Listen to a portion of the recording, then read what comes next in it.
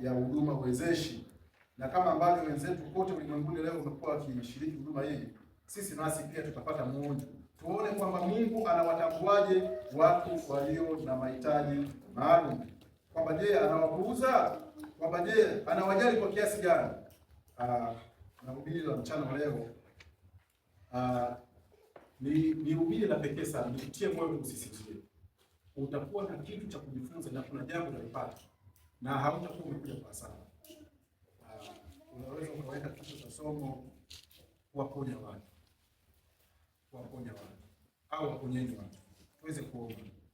Baba yetu na rafiki yetu mwema, Mungu Muumbaji, asante kwa sababu umetuita kushiriki kwenye mpango mkubwa ambao Kristo ulianza kushiriki wewe, na unapotushirikisha sisi kwenye kazi hii kubwa, tunaamini kwamba Bwana utakuwa pamoja nasi. Yawezekana tunaweza tusifanye yale ambayo ungeyafanya wewe, lakini tutashiriki sehemu fulani kuleta faraja kwa watoto wako. Tunapokwenda kujifunza, tunapokwenda kutafakari maandiko, tusaidie Roho Mtakatifu akaguse mioyo yetu, kila mtu akaone iko haja ya yeye kufanya kitu katika maisha ya watu wengine. Ndivyo tunavyoomba tukiamini katika Kristo Yesu Bwana wetu. Amina. Amen. Waponyeni watu. Somo litajengwa sana katika Samueli wa pili, waraka wa pili wa mfalme Samueli katika sura ya 9 yote. Sura ya 9 yote kuanzia mstari wa kwanza mpaka mstari wa 15. Tutakaa mahali hapa tu leo. Samueli wa pili sura ya 9 mstari wa kwanza mpaka wa 15. Na fungu letu kuu limejikita katika Samueli wa pili sura ya 9 mstari wa 7. Lakini kabla hatujaeleza mengi, niseme kwamba niwajulishe tu washiriki kwamba kanisa la Waadventista wa Sabato ni kanisa lililo au ni taasisi au ni jumuiya inayojali mahitaji ya watu wenye mahitaji maalum. Mwandishi anasema kwamba kuna baadhi ya watu ndani ya kanisa wametumia fungu ambalo limeandikwa katika kitabu cha Mambo ya Walawi sura ya 21 mstari wa 16. Mambo ya Walawi sura ya 11 mstari wa 20 ngapi? 26 mstari wa 16 mpaka 26. Katika sehemu hii habari ambayo inaeleza ni kwamba katika ukoo wa Lawi, kabila la Lawi, na hasa ukoo wa Haruni, ni kwamba wale watu watakao hudumu katika hekalu la Bwana hapaswi kuonekana mtu mwenye uhitaji maalum. Yaani hapaswi kuonekana mtu mlemavu au mwenye kasoro au mwenye chochote kilicho na upungufu. Sasa baadhi ya washiriki wa kanisa na baadhi ya wanadamu wengine na baadhi ya dini zingine wamekuwa wakitumia mahali hapa kuhalalisha kwamba watu wenye mahitaji maalum hawana sehemu. Na kwa sababu hiyo tutakuja kuona kwenye somo hili hata wana wa Israeli waliwatenga watu wenye mahitaji maalum. Na ilionekana unapokuwa na mahitaji maalum, aidha ulemavu aina yoyote, kwamba umemfanyia Mungu dhambi. Unapotembea unasema kwamba alimfanyia Mungu dhambi bwana. Alimfanyia Mungu dhambi gani? Mbona amemweka katika ulemavu namna hii? Wanasikitika. Na msingi wao umejengwa katika Mambo ya Walawi sura 21 mstari wa 16 mpaka 26. Lakini kusudi la Mambo ya Walawi sura 21 ni kwamba kabila la Lawi, ukoo wa Haruni ulikuwa ni ukoo wa kikuhani. Na ilikuwa ni ukoo ambao unamwakilisha Kristo Yesu kama kuhani wa namna gani? Kuhani mkuu ambaye hatakiwi kuonekana kuwa na waa au kasoro. Na kwa sababu Kristo alikuwa anamwakilisha mwana kondoo asiye na nini? Asiye na ila wala upungufu wa namna yoyote. Kwa hiyo ukoo wa Lawi ulipaswa kuwa ukoo ambao kama mtu anaonekana ana changamoto yoyote au udhaifu wowote, huyo aliwekwa kando. Hakutakiwa kuhudumu wapi? Hekaluni. Lakini hili halifundishi kwamba watu wenye mahitaji maalum hawapaswi kujaliwa na Mungu, na kwamba wao sio walengwa wa mpango wa ukombozi, kwamba ni walengwa, ila tu ni kwamba kwa upande wa kabila la Lawi, ukoo wa kikuhani ambao hasa kabisa ulimlenga kuhani mkuu Yesu Kristo, kwamba Kristo kuhani wetu mkuu na mwanakondoo wetu, kafara yetu hakupaswa kuwa na dosari, hakupaswa kuwa na wala hakupaswa kuwa na udhaifu wa namna yoyote. Ilikuwa ni mwana kondoo mkamilifu, mpya, aliyekamilika, na hiyo ndio ambayo ilikuwa ikiwakilishwa na ukuhani wa Lawi. Sasa kwa sababu ya dhana hiyo, baadhi ya watu wamechukulia kwamba kuwa na ulemavu au kuwa na changamoto waliona kana kwamba ni laana kutoka kwa nani? Kwa Mungu. Kitabu cha Injili ya Yohana sura ya 9. Somo la leo ni fupi sana. Wale ambao wanapenda kufanya maombi kwamba waniombea haraka haraka niondoke, au hata msiwe na wasiwasi. Maombi haya msiyaombe kwa sababu sitachelewa sana. Maombi mengine lakini sio hayo. Kwa sababu sitachelewa sana. Injili ya Yohana sura ya 9 mstari wa kwanza mpaka wa 3, tuone kitu ambacho wanafunzi wa Yesu wanamuuliza Yesu. Bwana, hebu tuambie. Hivi huyo mtu alifanya dhambi? Unajua kama wale ambao waliomuuliza kwamba je, ni halali mtu kumwacha mkewe kwa kosa lolote, kama tulivyofunza katika lesoni ya kuimba hili. Ndivyo hao wanafunzi wanapomuuliza Yesu katika Yohana sura ya 9 mstari wa kwanza mpaka wa 3. Mtu mmoja nitarisha somo. Karibu. Nasema karibu.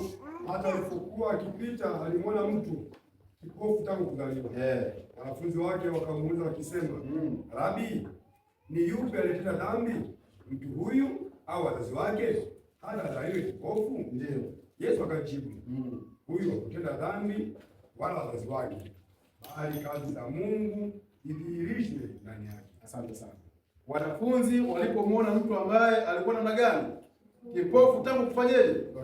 Tangu kuzaliwa kwake. Wanafunzi wanamwona mtu ni kipofu. Jana wakati natazama channel alikuja pia mzee wa kanisa ndani ni kipofu, lakini anatumia fimbo yake nyeupe. Mtu aishi mapesa safi. Naye pia aliongea mambo mazuri, alitoa mchango wake safi kabisa. Akionyesha namna ambavyo kwamba hakuna mtu ambaye anapaswa kuachwa katika mpango wa ukombozi. Hata kama mtu amezaliwa kwa namna gani, yuko katika sirika gani, ana changamoto gani, Yesu alikufa kwa ajili ya watu wote. Wanafunzi wa Yesu wanamwambia, mwalimu, hebu tuambie nani sasa? Kwa sababu unajua swali lao, hebu zingatia swali lao. Waliamini kwamba unapokuwa kipofu wewe umeupata ukubwa. Wasema dhambi. Dhambi anakaza na dhambi sana bana sana unapokufa hapa. Umepata ajali ni ngumu katika siku. Dhambi hizo. Dhambi. Hapo kidogo na ulemavu umepata stroke upate mwezi. Dhambi hizo, hata dhambi mtu baba. Na ndivyo ilivyo kwa hata leo kuna watu wanamtazama huo. Wakiona mtu anaugua, ana ulemavu, ana changamoto yote, wanaamini namna gani? Kwa maana laana ya Mungu. Wanafunzi wanamuuliza kwamba sasa ni nani? Kwa upande huyu bwana hakuzaliwa na tatizo. Yaani hakuzaliwa safi, alafu ugonjwa kaja kaupata baadaye. Ila anapozaliwa kutoka kwenye tumbo la mama yake, anazaliwa na nini? Sasa tuambie, nani kafanya dhambi? Afanya dhambi yule bwana alitoka, baba yake afanya dhambi, mama yake afanya dhambi. So tunamuuliza. Lakini mbele wao tunamuuliza, tuambie ni nani kati ya hao watatu? Baba, mama au mtoto? Kwani hakuna watu siku ambao wanazaa watoto kipofu? Hakuna watu ambao wanazaa watoto walemavu? Hakuna watu ambao wanazaa watoto walio na changamoto? Si wapo? Sasa kwa mtazamo kwamba kama mtu anazaliwa akiwa na changamoto fulani, kwamba ni nani amesababisha? Kwa sababu unajua walikuwa wanadhani kwamba hiyo ni laana kutoka kwa nani? Yesu anawaambia hapa hamna aliyefanya dhambi. Baba wala mama wala nani? Wala mtoto. Mstari wa 3 soma tena rudia. Yesu akajibu, huyu hakutenda dhambi wala wazazi wake. Asante, simama. Yesu anawaambia huyu jamaa kufanya nini?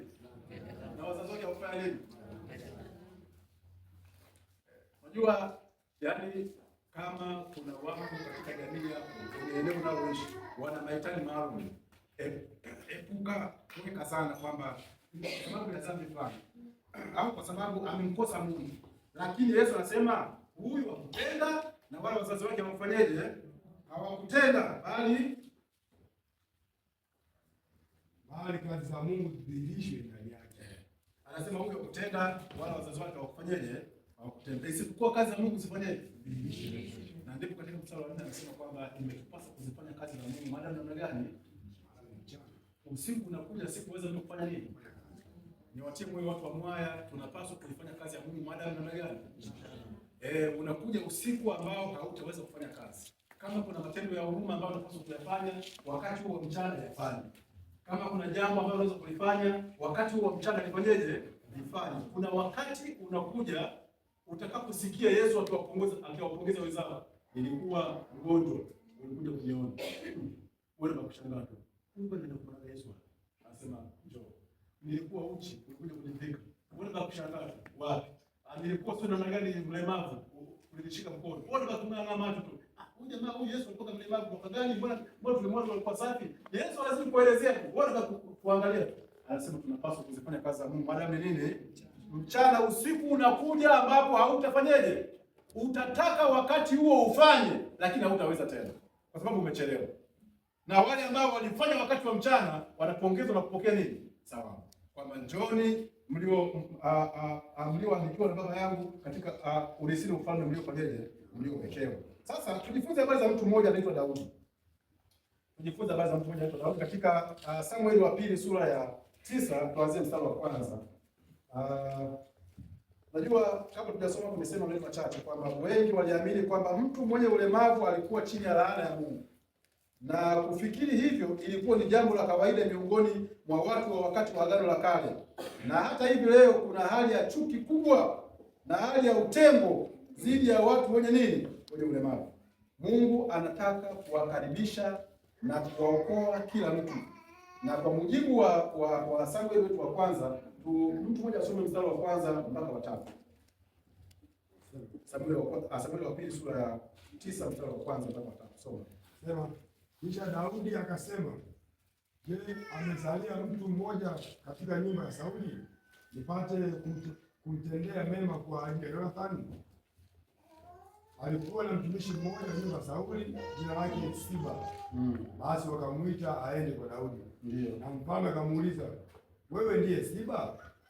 Naye akasema, mimi mtumwa wako ndiye. Ndio. Mfalme akasema, je, hakuna hata sasa mtu yeyote wa nyumba ya Sauli nipate kumtendea mema ya Mungu? Siba akamwambia mfalme, Yonathani anaye mwana hata sasa aliye na kilema cha mguu. Asante sana. Sana. Jua wakati huu ulikuwa ni wakati ambapo mara baada ya vita vya nyumba ya Sauli na vita vya Daudi vilipokwisha, wakati ambapo Sauli alikufa wapi? Vitani. Na wanawe wawili Yonathani naye pia akafa wapi? Vitani. Sasa ndipo katika wakati huo sasa ambapo Daudi alienda akatawazwa kwa mfalme sasa. Na anapotawazwa kwa mfalme, Daudi anauliza, Daudi alipochukua kiti cha utawala wa Israeli alitaka kufanya mema. Unajua kwa upande wa familia ya Sauli, mzee Sauli hakumtazama Daudi vizuri. Nafikiri tunafahamu kisa chake. Hakumtazama Daudi vizuri. Na alimuona kama adui na alikuwa akimuwinda hata wakati mwingine kutaka kumuua. Lakini Daudi yale yote aliyaweka tu moyoni. Ila Daudi alikuwa na urafiki na mtu anaitwa nani? Yonathani, ambaye alikuwa ni rafiki yake sana. Na ilikuwa ni kwamba wakati ambapo kama Sauli angekufa vitani, wakati Yonathani alikuwa ilikuwa Yonathani ndio awe nani? Au mfalme. Yaani kwamba ilikuwa kwamba baba anapokufa mwanae mmoja wapo anachaguliwa kumiliki kuchukua kiti cha nini? Kiti cha enzi. Lakini kwa bahati mbaya ni kwamba katika vita ile Sauli na wanawe walifanyaje? Walikufa. Na mara baada ya kufa ndipo ambapo Bwana sasa anamuinua Daudi na kumweka katika kiti cha enzi. Daudi anasema kwa sababu ya fadhila ya Yonathani rafiki yangu ambaye amekufa vitani, siwezi kuisaliti familia ya Sauli. Anatafuta habari kwamba katika familia ya Sauli nani ambaye amebaki, nimtendee nini? Nimtendee mema. Anapokuja kuuliza anaambiwa yupo mtoto mmoja tu wa Yonathani. Najua ukisoma kisa hiki vizuri, makosa yale ambayo Sauli alikuwa amefanya yalisababisha kizazi cha Sauli kuteketea. Walikufa wengi, hata wakaja kabaki tu mjukuu. Na huyu mjukuu naye pia alipata ajali vitani. Wakiwa vitani, mjukuu mtoto wa Yonathani pia naye akapata ajali, akavunjika miguu yote. Kwa hiyo akawa mlemavu kabisa. Anatembea kwenye kiti kama rafiki yangu pale. Anakaa kwenye kiti, basi anaishi hivyo, wanafanya kutoa nje, wanafanya kuingiza ndani, wanamtoa nje, wanamuingiza ndani, ni mlemavu. Na Daudi anapouliza wakati sasa ni mfalme anauliza kwamba katika familia ya Sauli amebaki nani? Ndipo anapofanya upelelezi, mtu mmoja anaitwa Siba. Anasema kwenye familia ya Sauli amebaki kijana mmoja anaitwa Mephibosheth. Ambaye sasa yeye ni mlemavu, mtumishi wako, ni mlemavu. Daudi anasema huyo nitamlipa. nitamfanyia mema kwa ajili ya Yonathani rafiki yangu. Na tunapoingia katika somo hili ni kwamba anasema kwamba Daudi alikuwa amefanya agano na Yonathani, waliahidiana kutunzana kwa kila mmoja kwa vizazi vyao. Daudi alimuita Siba, na katika mazungumzo aliuliza ikiwa bado kulikuwa kuna yeyote aliye hai kutoka kwa nyumba ya Sauli, na ndipo Siba alijibu kwa huzuni moyoni mwake juu ya kuwepo kwa mtu mmoja anaitwa Mefiboshethi ambaye alikuwa na ulemavu wa miguu yote miwili. Unaweza kuona habari katika Samueli wa pili sura ya 9 mstari wa 13 mwishoni. Na ndipo sasa anasema Mefiboshethi alihukumiwa kifo kwa sababu mbili. Unajua katika wakati huo kwa sababu unajua familia ya Sauli ilipochukua madaraka na uovu ulikuwa umeufanya, kizazi chake kilitakiwa kifutwe chote. Na hata huyu mlemavu pia naye alitakiwa afanyeje? Auawe. Na alikuwa akijificha ndani, wakati wengine wakiwa wamekufa tayari, wameuawa wote. Huyu mlemavu alikuwa amefichwa wapi? Ndani. Na ndipo hata wakati mfalme Daudi anapomuuliza Siba kwamba je, yupo? Anamwambia yupo, lakini utapata maana yuko wapi? Yuko amefichwa, yuko ndani. Amefichwa kwenye nyumba ya mtu mmoja Msamaria mwema. Kuna mtu mmoja tutakuja kumuona hapa Msamaria mwema ambaye akamchukua yule mlemavu akamficha wapi? Ndani kwake. Daudi anasema mkamlete, nataka nifanyie namna gani? Nifanyie mema. Sitamuua hata wao. Lakini akamtendea nini? Nimtendee mema. Ndipo sasa Siba, najua Siba hata wakati anapokuwa kuulizwa anafikiria kwamba yawezekana pia mfalme anataka amalizie na huyu. Anataka na huyu pia auawe. Lakini anasema kwamba soma mstari wa 4. Anasema mfalme akamwambia yuko wapi? Siba akamwambia mfalme, tazama yumo katika nyumba ya Makiri mwana wa Amieli katika Lodebari. Basi mfalme Daudi akatuma watu akamuondoa katika nyumba ya Makiri mwana wa Amieli katika Lodebari. Basi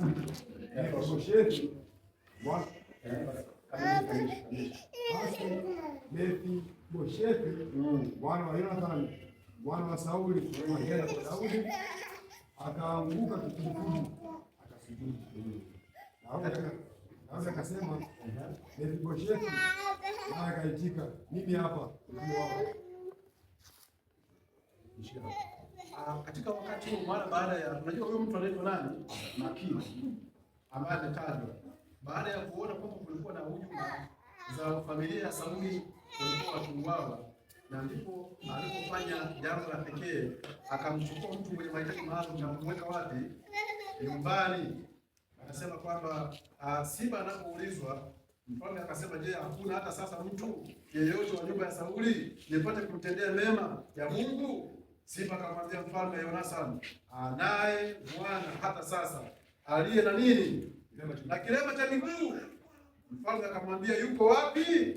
Siba akamwambia mfalme, tazama yumo katika nyumba ya nani? Makiri mwana wa nani? Amieli katika Lo-Debari. Yaani huyu Makiri alipogundua kwamba inawezekana kama pia mbona naye afanyaje? Akauawa au akafa. Najua kama ambavyo ilivyo katika nyakati zile za wakati ule, ndivyo ilivyo katika nyakati za leo. Sasa nimewahi kusikia kuhusu baadhi ya mauaji ya kimbari ambayo ilitokea kule ilikuwa ni kana kwamba mauaji ya kimbari fulani, kwamba familia fulani ikifanya makosa inatakiwa yote ifanyaje? Kuuawa. Lakini huyu mtu anaitwa Makiri akasema hapana, ile ni mzuri mema. Akamchukua akamficha wapi? Ndani kwa kasi mahali ambapo Biblia inasema ilikuwa ni mahali panaitwa Lo-Debari. Basi mfalme Daudi akatuma watu akamuondoa katika nyumba ya nani? Ya Makiri mwana wa Amieli katika Lo-Debari. Ndipo mwandishi anasema kwamba Daudi alikuwa amefanya agano na Yonathani kwamba kama nitakufa mimi, tunza kizazi changu, na kama utakufa wewe, nitatunza kizazi chako. Yaani Yonathani na Daudi walikuwa na urafiki wa kudumu, na ambao Yonathani alifanya urafiki na Daudi, wakawekeana maagano kwamba Bwana, kama wewe utakuwa mfalme usinisahau, na kama mimi nitakuwa mfalme sitafanyaje? Sitakusahau. Lakini wakati Daudi alipotambua kwamba Yonathani pamoja na familia ya baba yake wamefanyaje? Wamekufa, anasema siwezi kuisahau agano ambalo nimeweka na nani? Na Yonathani. Ndipo anasema, je, nani amesalia? Kuna uzao? Mefiboshethi alihukumiwa kifo kwa sababu hizo mbili. Jambo la kwanza, sababu alikuwa ni mjukuu wa mfalme Sauli. Pili, kwa sababu alikuwa na ulemavu, na katika utamaduni wa wakati ule walemavu walikuwa wanakataliwa na walikuwa wanasukumwa mbali sana. Walikuwa wakionekana kana kwamba wana nini, wana laana ya Mungu kama ambavyo nilivyoeleza. Sasa ujumbe unapokwenda kwa Siba anapokwenda kwa Mefiboshethi na kusema, rafiki yangu, umeonekana mbele za mfalme na mfalme ametuma kukuita na kusema atakutendea wema au mambo mema. Unafikiri huyu mlemavu aliamini jambo hili? Alitambua ya kwamba wakati huu ndipo nakwenda kufanyaje? Kufa. Naenda kuuawa. Na unajua alikuwa na mwaga mke wake. Na unajua alikuwa na watoto. Alikuwa na mke. Alikuwa na mwaga mke wake. Baba, mimi naenda. Lakini haiwezekani sifanyeje? Nisirudi tena. Na anaondoka nyumbani kwa huzuni. Na makini Siba anapokuchukua anampeleka kwa mfalme Daudi. Na anasema kwamba Mefiboshethi alistahili kifo kwa sababu hizo mbili. Lakini basi unafikiri kwamba ilikuwa ni safari yake namna gani? Aliamini moyoni mwake kwamba inawezekana ni safari chungu kama nini? Kwenda kwa jumba la kifalme huko Yerusalemu. Na akilini mwake ilikuwa kwamba anaamini kwamba ilikuwa ni siku yake ya mwisho ya maisha yake. Na kisa kutoka kwa mwandishi ameeleza kisa chake, anasema unajua watu wenye mahitaji maalum wanapitia magumu. Mwandishi wa wimbo namba 56 anasema ndani ya moyo wa nani? Wa mwanadamu kuna nini? Kuna shida na huzuni. Niwaambie watu walio na mahitaji maalum wana changamoto ambazo wanafanyaje? Wanazipitia. Moyoni mwao wana majanga, wana makubwa, wana mazito na hawana mtu wa kuwafariji. Hawana. Kwa sababu gani? Jamii inafanyaje? Inawadharau. Unafikiria nani ambaye anaweza kaangaika hata kama ukimkuta njiani anaangaika, unafikiri atakayemsaidia? Unasema kwamba achana naye bwana, anapotezea muda. Anapotezea muda. Ni watu ambao wasiokumbukwa wala wasiojaliwa. Lakini basi tunaona katika nyakati za Biblia kulikuwa na watu ambao waliwathamini. Mwandishi huyu mchungaji Robinson anaeleza asema kwamba yeye ni miongoni mwa watu walio na nini? Na mahitaji maalum. Anaeleza mkasa wake kwamba wakati akiwa shule na akienda mpaka katika elimu yake ya pili, akiwa katika masomo ya juu, anasema siku fulani mwalimu aliwahi kutamka lugha ambayo ilimjeruhi sana. Ilimjeruhi.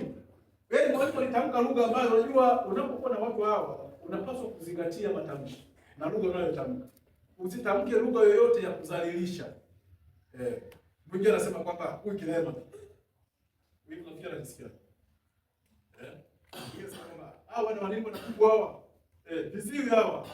Tunaona sasa, kuna lugha ambazo unaweza kutamka ambazo sio za kufanyaje? Za kujali. Na hizo lugha zinaleta maumivu katika mioyo. Unafikiri wanakutana na maumivu mangapi? Wanakutana na unyanyapaa wa aina ngapi? Wanakutana na machungu mangapi? Wanahitaji wapate mtu mwenye nini? Mwenye faraja. Lakini anasema kwamba mchungaji akielezea kisa chake anasema kwamba yeye alizaliwa na ugonjwa wa kupooza wa ubongo, inaitwa cerebral palsy, ambao uliasiri utaratibu wake wa neva. Katika mwaka wake wa 3 wa shule ya teolojia, chuo cha uchungaji, profesa alitoa kazi ya kufanya kwa darasa. Na anasema kwamba huyu mchungaji alipokuwa amefanya ile kazi alipata alama za juu zaidi darasani. Na anasema kwamba profesa wake alimpongeza, lakini alitumia sauti na lugha ya kitoto kana kwamba yeye ni mtoto mdogo. Yaani alimdhalilisha kwa namna fulani. Sasa anasema kwamba ile lugha ilifanyaje? Ilimuumiza sana. Mwisho wa darasa rafiki yake alikuja kwake na kusema kwamba alikuwa ametambua nini kilichotokea na akapendekeza kwamba tunapaswa kuzungumze na mwalimu. Kwa hivyo anasema walifanya hivyo. Na ndipo anasema kwamba walimwambia mwalimu kwamba sielewi sababu ya sherehe hiyo. Unajua mwalimu alimfanyia sherehe yule mlemavu kwa sababu yaani hakuamini kwamba mtu mlemavu ndio ambaye anaweza kufanyaje? Akafaulu. Anasema tunamfanyia sherehe yule mlemavu. Sasa yule bwana anasema kwamba hata ile sherehe pia naye alifanyaje?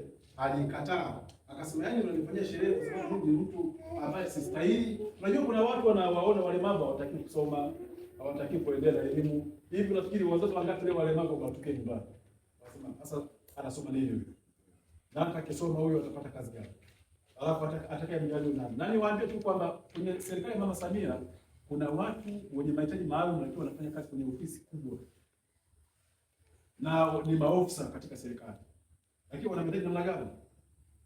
Mtu mwingine akimwona mtu mwenye mahitaji maalum akachaguliwa hata msemaji au akapewa cheo fulani, anasema kwa kweli mwaka huu ndio mambo kama yule. Sasa hizi ni lugha za nini? Uzalishaji, kuonyesha kwamba hapo watu wana upungufu, lakini ni ukweli ni kwamba ni watu ambao wana mitazamo na wana fikra zilizosawia na watu wengine. Lakini mara baada ya kuzungumza na mwalimu katika tafrija ile, profesa wake alimwambia kwamba tafadhali nisamehe, sikujua kwamba nilikuwa nimekuuliza. Mwishowe anasema kwamba alimsamehe na kwamba wakawa pamoja, lakini anasema kwamba lazima tuwe waangalifu tunapowaona watu wenye mahitaji maalum. Anasema kwamba Mungu anapenda kila mtu pamoja, kama vile ambavyo ni zaidi ya vile ambavyo sisi tunapofanya tunapopenda. Soma mstari wa 5 mpaka wa 7, Samueli wa pili sura ya 9. Basi Mfalme Daudi akatuma watu wakamuondoa katika nyumba ya Makiri mwana wa Amieli, ndio katika Lo-Debar. Basi Mefiboshethi mwana wa Yonathani mwana wa Sauli akaenda kwa Daudi, akaanguka kifudifudi akasujudi. Daudi akasema, Mefiboshethi, naye akaitika, mimi hapa mtumwa wako. Daudi akamwambia, usiogope, maana bila shaka nitakutendea mema kwa ajili ya Yonathani baba yako, nami nitakurudishia mashamba yote ya Sauli baba yako, nawe utakula chakula mezani pangu daima.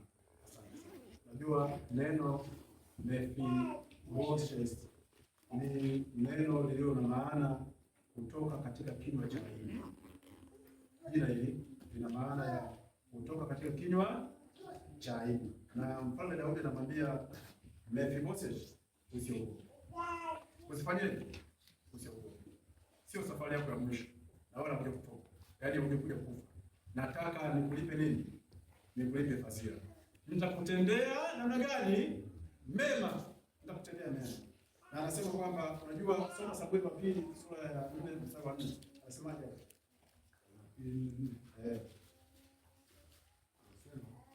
Na Yonathani mwana wa Sauli alikuwa na mwana aliyekuwa na kilema cha miguu. Alikuwa amepata miaka 5 baada ya Sauli na Yonathani ilipofika Yezreeli, na yaya wake akamchukua akakimbia. Ikawa alipokimbia kwa haraka, huyo mtoto akaanguka akawa kilema, na jina lake aliitwa Mefiboshethi. Umesikia wapendwa? Kwa hiyo tunapojifunza habari za Mefiboshethi, ni mtoto wa Yonathani kabisa wa kwake, ambaye katika wakati wa vita yaya alikuwa nani ya mama. Angalia, msimte tu mtu yaya, kila mtu anapa mtoto mbele. Wengine kitokea nyoka tueleza kupeleka mtoto wako akamlezea ule mambo maisha yote. Yaani nimeona wengine wakabidhi haya, hata watu wengine wanapeleka haya namna yaya wangu. Yeye mtoto wewe hakikisha nani, na mama wengi wa humu wanawapa yaya watoto wadogo kama hao. Ikitokea majanga mtu anaweza kumtupa daga kwa sababu ndio uchungu sana. Kwa hiyo niwatie moyo msifanye namna hiyo. Lakini Mefiboshethi mara baada ya kupata ajali akiwa na umri mdogo namna hiyo, basi akawa na ulemavu wa nini? Wa miguu. Lakini tunaona namna ambavyo Mfalme Sauli na kushindwa kwa jeshi la Israeli mbele ya Wafilisti, wakati wa kutoroka alianguka na kuvunjika miguu mtoto. Jinsi kanisa linapopaswa kuwatunza watu wenye mahitaji maalum. Kanisa linapaswa kuwa wazi kwa kufungua mikono miwili na milango ili kupokea kila aina ya uhitaji, kama vile ambavyo Daudi alipomuonea fadhili Mefiboshethi na akampa ardhi yote ambayo ilikuwa ya Sauli babu yake. Unaweza kuona kama ambavyo inaweza katika Samueli wa pili sura 9 mstari wa 7. Daudi anamwambia usiwe na hofu, mashamba yote ya ukoo wenu na kukabidhi wewe. Nasikia wapendwa? Anasema mashamba yote utamiliki, lakini sio hivyo tu, anasema Mefiboshethi alijumuishwa katika jamii sasa.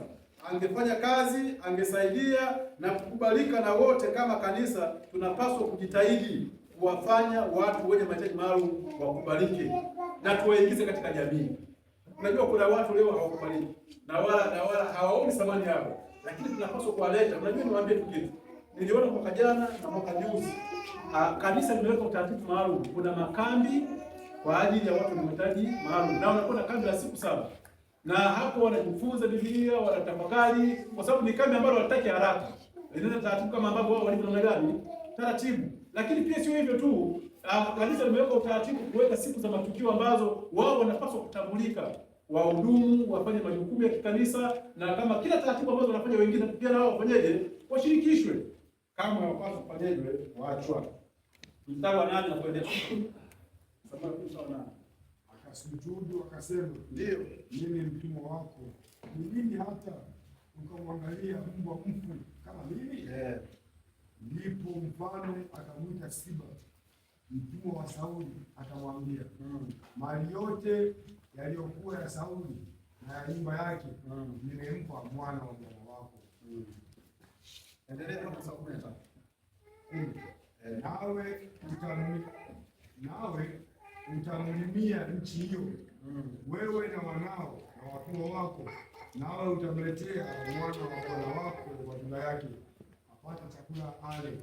Lakini Mefiboshethi mwana wa bwana wako atakula chakula mezani pangu siku zote. Basi huyo Siba alikuwa na wana 15 na watumishi 20. Ndipo Siba akamwambia mfalme, mimi mtumwa wako nitatenda haya yote kama bwana wangu mfalme alivyoniamuru. Kwa habari za Mefiboshethi, mfalme alisema, atakula mezani pangu kama mmoja wapo wa wana wa mfalme.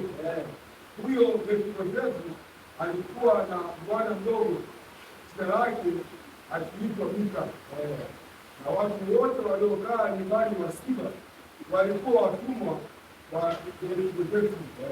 Basi Mefiboshethi akakaa Yerusalemu, maana alikuwa akila chakula kitoto nyumbani kwa mfalme, naye alikuwa na kilema cha mifugo. Nasikia mpendwa, Mfalme Daudi anamwambia Mefiboshethi, usiogope, mashamba yote utapewa. Na akamwambia Siba, sasa sikia, wewe utakuwa mtumishi wa nani? Mashamba yale yote utakuwa unalima, mazao yote ulete kwa nani? Kwa huyu bwana. Wewe na familia yako, limeni mashamba yale, mazao yote kumlete nani? Lakini huyu bwana atakuwa anakula mezani kwangu mpaka siku atakapofanyaje? Atakapokufa. Sura kama anajifanya, yaani mchukua wako walio kwa mzee maalum na kuwaweka katika meza zetu na kuwahudumia na kula pamoja nao. Wanasema kwamba Mungu anataka watu wote wakoe, haijalishi hali yao, haijalishi ulemavu wao, na anasema kwamba anataka kutuokoa na kutufanya tuwe watu wa muhimu katika siku za mwisho. Anataka kuwaamsha watu wake kwa ukweli huu kwamba sisi sote tunahitaji kuendelea na kuendeleza kazi yake, na kwamba lakini sasa ingekuwa viongozi angekuwa nakula chakula kila wakati kwenye meza ya mfalme na kutengwa kama mkuu. Ndipo Mefiboshethi akawa raia wa Yerusalemu, mtu aliyedharauliwa na wote na ambaye neema ya Mungu ilimfikia kupitia Daudi.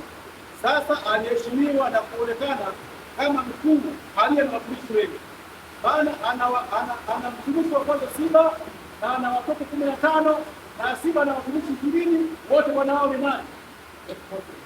Kwamba na wakati huo watu wenye ulemavu au umekali ilikuwa wanakaa nje ya mji. Daudi akasema aje wapi? Unajua kama wewe unakaa Mwaya, alafu kaambiwa njoo ukae Dodoma, makao makuu ya nchi, utakuwa umekuwa na Samia. Utakuwa unaishi hapa. Kwa sababu ndio kabisa, mara ulikuwa unakaa Mwaya, hata lami hamna, unaenda kwa lami. Ulikuwa unakuwa ukitaka kuumba, hakuna kitu kwa kitu. Kwa ni mpango wa Mungu. Na anasema kwamba Mungu anataka kutumia ili kuwafikia watu ambao hawajaonekana kwenye macho ya ulimwengu. Kuna watu ambao ulimwengu haujawaona, watu maalum hawajatambuliwa duniani, na kwa sababu hiyo hawafahamiki. Mungu ili wafahamike, yaani ulimwengu hauwathamini, ulimwengu hauwatambui. Wewe nao pia huwatambui. Ni watu wangapi waombaomba, wenye mahitaji, wenye changamoto wanajaliwa kwetu? Je, wanapolalamika wale wanakuwa changamoto tunawasikia? Mungu anataka kutumia kuwafikia watu ambao hawaonekani kwenye macho ya ulimwengu, watu wanaoteseka na kufadhaika kwa sababu wanatamani maisha ya thamani yanayostahili heshima na kutambuliwa, lakini hawatambuliwi. Watu hawa wana uwezo wa kufanya mambo mengi kwa njia tofauti na zao, lakini hakuna mtu anayepaswa kutupwa na jamii au kanisa. Tunapokwenda kumshusha somo hili tutakwenda kuona mambo machache, lakini tuseme tu kwamba hatakwenda mwisho, ulimwengu unapowadharau watu maalum, hebu sisi tusiwatupe. Na kama unaweza kufanya karamu, fanya karamu, waalike wenye maalum. Kama unaweza kula na watu mezani, hakikisha kwenye meza yako wawepo watu hao. Na kama kuna msaada ambao unaweza kufanya, hakikisha unafanya kwa watu hao. Taajabu, ulimwengu wa leo umebadilika kidogo. Yaani wenye pesa wanasaidiana kwa wenye pesa wenzao, wenye mali wanawapa wenye mali wenzao, matajiri wanakaribisha matajiri kwa matajiri. Tofauti na namna ambavyo Daudi alipofanya. Daudi anamwambia Mefiboshethi kwamba kuanzia leo utakula mezani kwangu, utakula mezani kwangu. Kifungu cha maneno kwenye meza ya mfalme kimerudiwa mara 4. Meza hii ni ishara ya meza ya sikukuu kubwa, tena iliyo kuu, ambayo hatustahili, na sisi sote tunashiriki katika ulemavu wa dhambi. Kama ilivyo kwa Mefiboshethi, tunashiriki kufa, lakini tutakuwa kama wakuu katika ufalme wa mbinguni, tukiwa tumeketi karibu na meza ya karamu ya mwana kondoo. Wakati huo hakutakuwa na mwenye ulemavu, hakutakuwa na mwenye uhitaji, hata kuwepo, maana wote tutakuwa na gani? Wazima. Sasa wewe uje mzima leo, usimdharau mtu mwenye mahitaji maalum, kwa sababu hata yeye pia naye hakupanga kwa hivyo. Na kuhitimisha, anasema kwamba Mungu anataka kwamba watu wenye mahitaji maalum watendewe kwa heshima na kuunganishwa katika jamii na kanisa kama wanaostahili kupokea uangalizi wote. Tuwatendee kwa heshima na wala wasidharauliwe. Na ukiitwa kuwa kiongozi wa idara hii au wa sekta hii, hakikisha unatafuta kuwatendea mema kama Daudi alivyofanya, kwamba nitamtendea mema. Usione tu kwamba umekupa cheo kwa kukudharau. Yaani mimi naondoka kwenye watu wenye maalum, yaani ni wananidharau sana. Yaani unaona kana kwamba wale watu wafanyaje, wamedharaulika. Utaitwa kwa ajili ya kazi hii, napokea kuwahudumia watu. Leo Bwana anatafuta na anatamani kutuleta katika familia yake. Anatamani kututegemeza na kutujali, kwa sababu anatupenda bila masharti na kamwe hatatuacha. Yesu anakupenda na anasema njoo mikononi mwangu. Anakupenda na ameahidi kwamba atatupeleka kwenye ufalme wake wa utukufu, na utakuwa mkuu, utakuwa binti wa mfalme katika ufalme wake, na utakuwa na utajiri wote. Tumejifunza kwenye somo la zaka, anasema Kristo aliacha utajiri wote, alichukua nini? Umaskini. Na hivyo ndivyo namna ambavyo ilivyo. Anasema kwamba watu wenye mahitaji maalum wote watapokea utajiri wake, watapokea sifa ya ukuu, lakini wao hawatambui hilo. Sisi tunaotambua, anasema katika wimbo namba 56, habari njema tufanyeje? Tuwajulishe. Mara ngapi tumekuwa tukiwapita? Unaweza kuwaona sehemu unawapita tu, unasema hawa watu wana nini? Ulimwengu unapowakataa, na wewe pia unafanyaje? Unawakataa. Na kuna baadhi ya imani zimewakataa kabisa, hawaruhusiwi kwenda kwenye imani hizo. Na hata imani zingine hazijaweka miundombinu wezeshi kwa ajili yao, na wala hajawaona wao kuwa ni watu namna gani wa muhimu. Hebu niwatie moyo kanisa wa Sabato Mwai, kuanzia sasa tutengeneze miundombinu wezeshi kwa ajili yao, tutengeneze urafiki nao. Atakapoitwa mtu kuwa kiongozi, atafute namna ya kuwafikia, kwa sababu kama ambavyo wewe unavyopenda kuokolewa, ndivyo nao wanavyopaswa kufanyaje? Kuokolewa.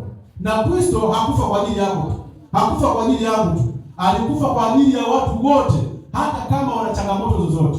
Biblia yote imejaa watu wenye mahitaji maalum, na Yesu akishughulika nao. Yesu ni rafiki yao. Hata kama wewe unawachukia, lakini Yesu ni rafiki yao. Hata kama wewe uwakaribishi kwako, lakini Yesu atawakaribisha kwake. Hata kama wewe uwajali, lakini Yesu anawajali. Hata kama wewe uwapendi, lakini Yesu anawapenda. Hata kama wewe uwasamini, lakini Yesu anawasamini. Na anawaambia nilikufa kwa ajili yenu. Nilikufa kwa ajili yenu. Na niwatie moyo tu kwamba mtu mwingine anaweza kaona hasara. Anaweza kaja kiongozi akasema tutakuwa na sabato maalum. Kwani tuchangie tupate mboga, tupate hiki, tupate kasema. Mimi tutoa mboga kwenye watu kama hao bwana. Watoe wenyewe tu. Ni kwa sababu gani? Anaona kana kwamba ni watu wa kudharauliwa. Lakini niseme kwamba Kristo alikufa kwa ajili yao. Na niseme tu kwamba hatutapongezwa katika saa ya mwisho kwa sababu tulihurumiana sisi kwa sisi. Kupongezwa ni pale ambapo unahurumia watu wenye mahitaji maalum. Yesu anasema nilikuwa namna gani? Mgonjwa. Anasema kwamba nilikuwa mfanyabiashara ukanitunza. Anasema nilikuwa kifungoni. Anasema kwamba nilikuwa mkuu wa wilaya ukanipokea kwa unyenyekevu. Anasema hivi. Anasema nilikuwa kifungoni gerezani ukaja kunitazama. Anasema kwamba nilikuwa navaa suti kama fimbo ukanipokea nyumbani na pilau ukanikaribisha. Anasema nilipokuwa uchi ulifanyaje? Cha ajabu sasa ulimwengu wa leo tunakaribishana sisi wenye pesa kwa pesa. Na zawadi inapelekewa mtu mwenye nacho. Na kujaliwa anajaliwa mtu mwenye nini? Mwenye nacho. Kama tafrija kama kuna hapa nyumbani anakaribishwa mtu mwenye nini? Mwenye nacho. Ili siku naye akifanya anikaribisha. Hawa watu wenye nini wasema kwamba sasa nini? Wanapoteza nini mchezo wangu wa Mungu. Na hao ndio ambao Yesu atakao kupongeza kwa ajili yao. Lakini hautapongeza kunikaribisha mimi. Sasa mtu najiweza, unanikaribisha. Sasa yeye anasema umekwisha kupata nini? Sababu yako. Kwa sababu unaponikaribisha na mimi mtafikia kufanya mpango niandae hapa nikukaribisha. Tumeshalipanga. Na malipo yameishia hapo. Lakini kwa upande wa kuhudumia watu maalum, Yesu anasema kadri mlivyomtendea mmoja wapo wa hao ndugu zangu walio namna gani? Mlitendea. Tujifunze kwenda kumhudumia Yesu. Tujifunze kwenda kugusa mikono ya Yesu. Tujifunze kuwaleta watu hao wenye mahitaji maalum mezani petu. Tusiwape masazo. Kama anakuja mwenye uhitaji, pakua sahani ya heshima, mwambie karibu ukule. Ile sahani ambayo wewe unampakulia mume wako, mpakulie na yeye. Ile ambayo wewe unawapakulia watoto zako, mpakulie kwenye mahitaji maalum. Usikweke kwenye plastiki. Yaani mtu yule mama anawekea kwa sahani ya plastiki. Unasema wewe kama ile plastiki ile, ya udongo unaona kama tapasua. Yaani ile sahani ya heshima ile anawekewa baba tu. Alafu wao wengine wanapewa ya plastiki. Hao watu wanaweka kwenye nini? Bakuli ambayo chafu imekaa kaa hapo pale nje kubwa wananunua. Ndio hiyo wanamwekea mtu mwenye nini? Bwana tusaidie sana. Tuone namna ambavyo kwamba tuna wito na tuna wajibu wa kufanya kazi. Na liko kundi hili kubwa ambalo linapaswa kutazamwa. Kuanzia leo tuanze kulitazama kundi hili. Tuanze kuangalia hao watu. Kila mtu atafute namna ya kufanya urafiki na mtu angalau hata huyu mmoja mwenye maalum hivi. Kama sisi hapa wote tungekuwa na urafiki na kila mtu na mtu mmoja. Yaani wewe unamleta wapi? Wewe unamleta wapi? Wewe unamleta wapi? Wewe si kanisa la jani. Leti. Mimi. Pole kwa usingizi. Naomba nizidi. Yaani kama kila mtu anamleta mmoja mwenye mahitaji maalum. Hivi hapa ile kweli. Lakini kwa bahati mbaya naamini kwamba sio wengi ambao ni marafiki wa watu wenye mahitaji maalum. Na wengine wanaogopa kwamba ukifanya urafiki na hao watu watakuita kwamba yule ni msukuli wako. Wanasema kwamba yaani wewe unapenda anapenda bure. Anampenda kwa sababu anapata hela kwa ajili ya yule. Unaogopa shutuma kama hizi. Let macheni. Ukifanya urafiki na mtu mwenye mahitaji maalum asema kwamba yaani kwa kweli yaani unaona anapata pesa nyingi kwa ajili ya yule. Yule ni mndani wake. Wewe usiogope maneno ya watu. Wewe fanya nini? Maana watu wana waheshimu maneno. Wakipona unamhudumia sana nguo na mtu anasema kwamba una kima chembe na mbamba nguo ile kule. Anaomba nguo mzako ndo zinaingia kwa ajili ya yule yule. Hamjasikia kitu mbaya mtaani. Ukimjali mwenye mahitaji maalum anasema kwamba ndio wewe unapata maisha kwa ajili ya yeye. Yaani anamfanya yule kama nani wake amemtoa msukuli. Lakini mimi niseme tu kwamba Yesu alifanya nao urafiki. Hapo kuuza. Acha waongee lakini mwisho watafanyaje? Watashinda. Bwana kubariki sana. Amen. Niwatakie sabato njema. Amen. Utafakari ujumbe huu. Simama kwa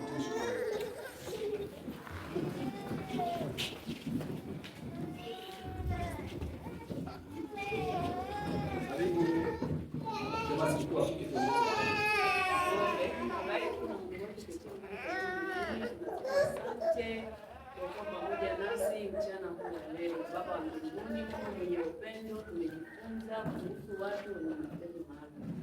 Hakika Bwana, mtumishi wako amesema ukweli uliopo.